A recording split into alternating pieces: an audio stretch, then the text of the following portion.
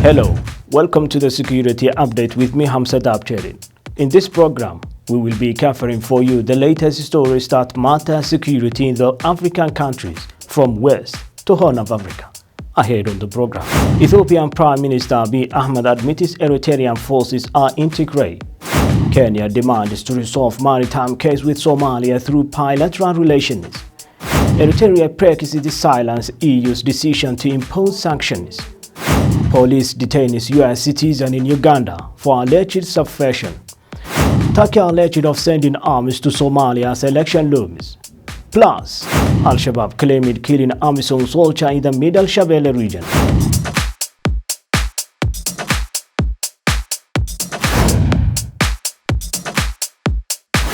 Welcome to the program.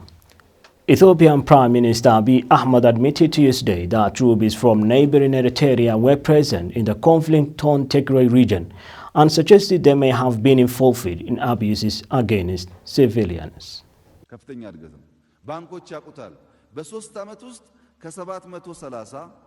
The admission comes after months of denial from Addis Ababa and Asmara, and accusations from rights groups and residents mounted that Eritrean soldiers have been carrying out massacres in Tigray.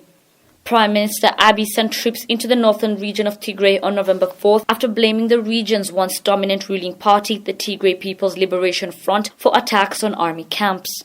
The military campaign to unseat the TPLF has led to a drawn-out conflict that has seen brutal atrocities carried out against civilians.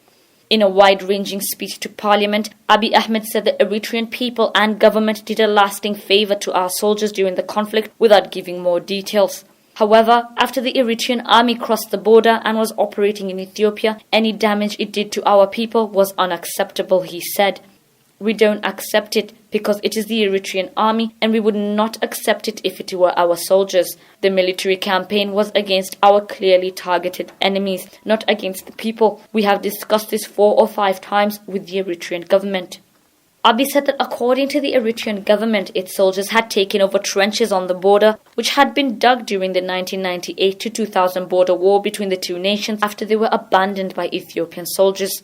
He said Eritrea argued that the TPLF pushed them to enter the battle by firing rockets across the border.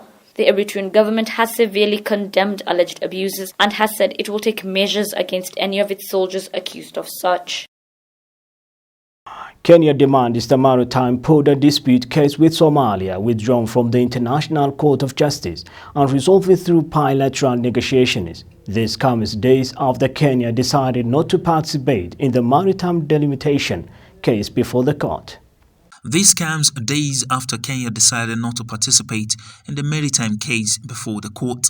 In a statement sent, the Ministry of Foreign Affairs maintained that Somalia should first normalize its relations with Kenya following the unprovoked and unjustified decision to sever diplomatic relations. Kenya had informed the court that any insistence on its participation in the proceedings defeat her right to a fair hearing, and that it will only participate if it was given ample time to prepare its case. The ministry further said ICJ had failed to appreciate the fact that COVID-19 struck when Kenya had just recruited a new legal team, and as such, they have not had preparatory meetings and engagement. The ministry further said that influential third-party commercial interests are fueling the case, and this threatens to destabilize the peace and security of the already fragile region.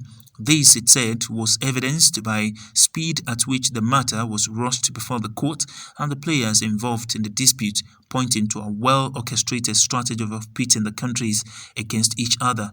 It noted that Kenya's preference for negotiations reflects the African Union border program, which encourages states to resolve disputes through bilateral negotiations or within the African Union peace and security framework. Ethiopia reaffirmed to a U.S. delegation its rejection of any interference in its internal affairs, particularly in the proceedings to restore the constitutional order in the months-long conflict in Tigray region. The lawmaker, President Joe Biden's envoy, came to Ethiopia with the purpose of conveying to Prime Minister Abiy Ahmed the White House concern over current situation in Tigray region and its impact on the African Horn, official sources said. At the meeting, Mekonnen explained the national scenario, including the circumstances surrounding the conflict between the government and the Tigray People's Liberation Front (TPLF), the border dispute between Sudan, and negotiations on the Great Renaissance Dam. He also stated that Addis Ababa is willing to investigate alleged human rights violations in the territory by independent agencies or commissions, including the ones from the United Nations. Regarding talks with Egypt and Sudan to determine how to fill and exploit the Great Dam, Ethiopia reaffirms its stance to adhere to the ongoing process under the auspices of the African Union. These talks will help improve the relations between Ethiopia and the United States, the spokesman said. Eritrea has staged the European Union's decision to impose sanctions on its National Security Office for alleged human rights abuses as malicious. Eritrea was one of the several states from around the world to be targeted by the EU for alleged human rights violations. 2 Libyan militia leaders and a senior commander in South Sudan's army have also had sanctions imposed on them. The Foreign Ministry said in a statement that the EU has no legal or moral prerogative for its decision and has merely invoked trumped-up charges to harass Eritrea for other ulterior motives. The EU accused the NSO of extrajudicial killings, torture, enforced disappearances, and arbitrary arrest. It did not give further details about the sanctions. The Foreign Ministry said the EU was trying to drive a wedge between Eritrea and Ethiopia and was trying to bring back to power the Tigray People's Liberation Front (TPLF) in Ethiopia's Tigray region. Eritrean troops have been accused of carrying out widespread atrocities in Tigray since fighting broke out in the region in November last year. Eritrea reportedly deployed troops to help the Ethiopian military defeat the TPLF. It denies that any of its troops were in Tigray. The Ugandan police announced on Monday that they had arrested an American citizen for his alleged involvement in anti-government subversive activities. The Ugandan police said in a post on social media that the U.S. national Guy Smith was arrested on Sunday at Fort Porter in the country's western region. It said Mr. Smith was being detained and inquiries continue. Any new information will be communicated accordingly, a statement reads. The U.S. State Department official was quoted as saying the government was aware of the arrest. In a statement, the United States official said they have seen the report of the detained U.S. citizens in Uganda, adding that whenever a U.S. citizen is detained overseas, we stand ready to provide all appropriate consular services. The Jubaland state of Somalia has spoken about the federal government troops deployment in the Geda region, which is under its territory. The Geda region has become the main contention between the federal government and the Jubaland state since last year.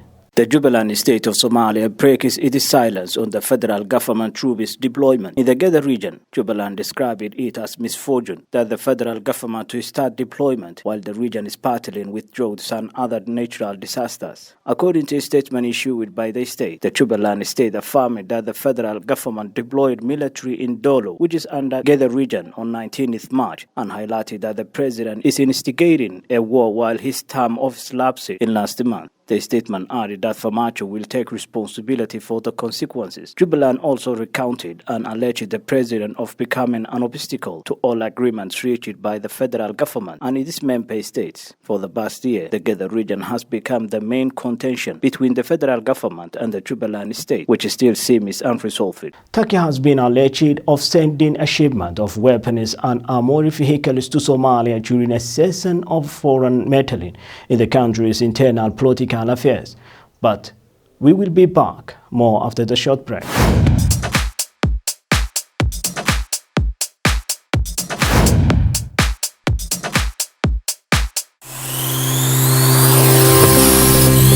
Welcome to CBA, Somaliland's only bilingual TV station, where professionalism and expertise come together to bring you real news in real time.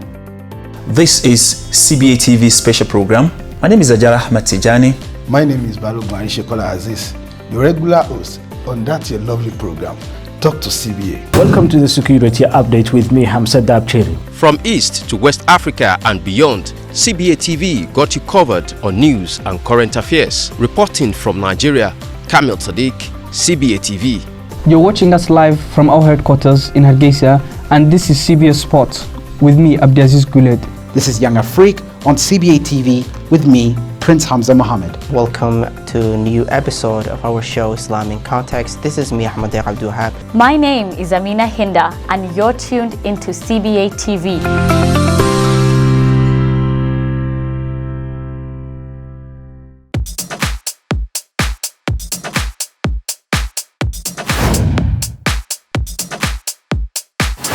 Welcome back to the program. Turkey has been alleged of sending a shipment of weapons and armored vehicles to Somalia during a season for foreign meddling in the country's internal political affairs. Sources private to the Ministry of Defense told reporters that a Turkish cargo plane carrying armaments and military equipment intended to arm Gorgor forces landed on Monday at Mogadishu airport. The opposition candidates and Puntland President Said Deni were already furious and expressed their concern about these weapons coming from Turkey into the country in such a sensitive election period. They fear that sophisticated weapons will be used by the Turkish-trained special forces to control forthcoming elections in the long, chaotic country that were postponed due to political disagreements. The outgoing Somali President Farmajo, whose mandate ended on February 8th, could use Gorgor for rigging the election, and this has put Turkey's growing engagement in the country under the spotlight. Last month, several protesters were killed and some wounded in Mogadishu during a peaceful protest against the delayed election when Harmaat police, trained by Turkey, opened live bullets on them. The Turkish-trained Somali troops are active in politics more than their role in the fight against Al-Shabaab terrorists. The opposition candidates condemned Farmajo's attempt to use force for political gain. In late 2017, Turkey has set up its biggest overseas military base, reportedly costing $50 million in the outskirts of the Somali capital Mogadishu. Increasing Ankara's foothold in the nation, Camp Turksum has a capacity to train at least 1,500 soldiers at a time. Speaking to BBC Somali Service, President Deni warned security risks posed by Haram Ad and the Gorgor soldiers, who are considered to be loyal to the outgoing president after circling the airport where he was staying. Puntland President called on the international partners to play a role in addressing how Somali National Army forces are controlled and who will be in charge of their commanding task, since Farmajo's constitutional powers to rule the country are now over. Hundreds of evicted Moroccans protest Thursday after Algeria expelled farmers from a disputed border area where they had long been allowed to farm dates. The arms embargo remains totally ineffective. For those member states directly supporting the parties to the conflict, the violations are extensive, blatant, and with complete disregard for the sanctions measures, the report notes. Libya has been under arms embargo since the 2011 uprising that drove out the former leader, Colonel Muhammad Gaddafi.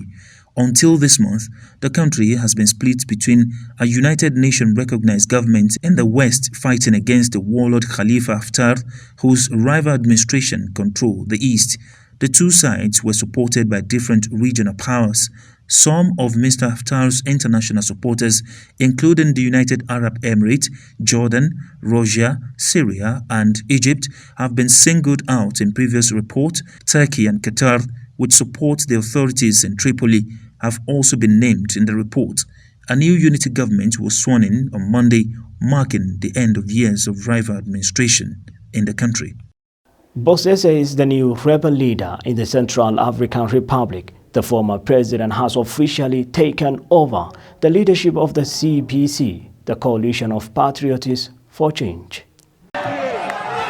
CPC spokesman Serge Bozenga on Saturday said the former head of state had responded favorably to the call of the 6 armed groups that are members of the CPC, asking him to take the lead of the coalition as general coordinator.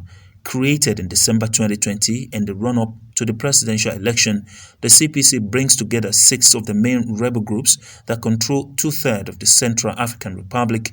Its objective is to march towards Bangui, the capital, in order to bring down the government of President Faustin Archange Touadéra. His various attempts have failed in the face of the response of UN soldiers and elements from Russia.